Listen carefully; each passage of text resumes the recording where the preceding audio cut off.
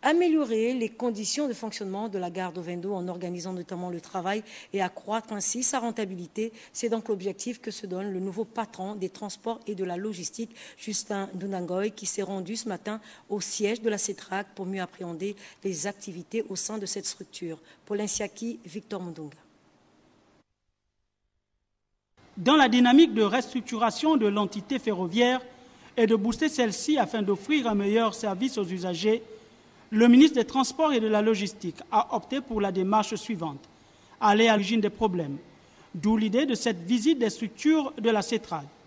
Des ateliers de réparation au plateau technique, en passant par le centre hospitalier, l'autorité ministérielle a pris le temps nécessaire pour cerner les contours de la problématique qui s'y pose.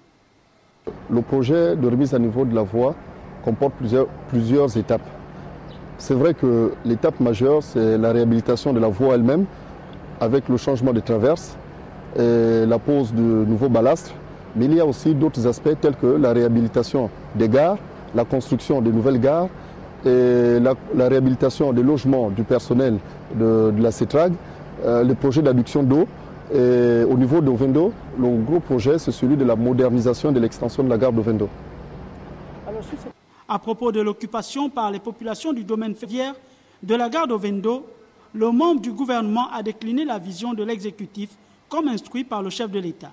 Le gouvernement, par la tutelle qui est le ministère des Transports et de la Logistique, nous allons nous saisir du dossier parce que le projet a une portée économique.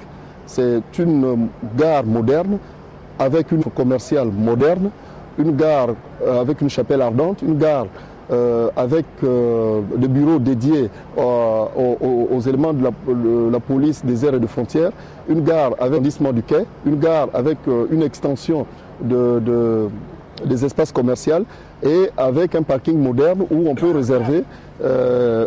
réserver sa place et puis laisser son véhicule. Donc ce projet est plus porteur que la liquidation des espaces, du moins des terrains qui se fait au moment. Cette vision des autorités du pays consiste donc à faire de la gare Virier d'Ovendo une des gares qui répondent à la norme internationale requise en matière de transport ferroviaire.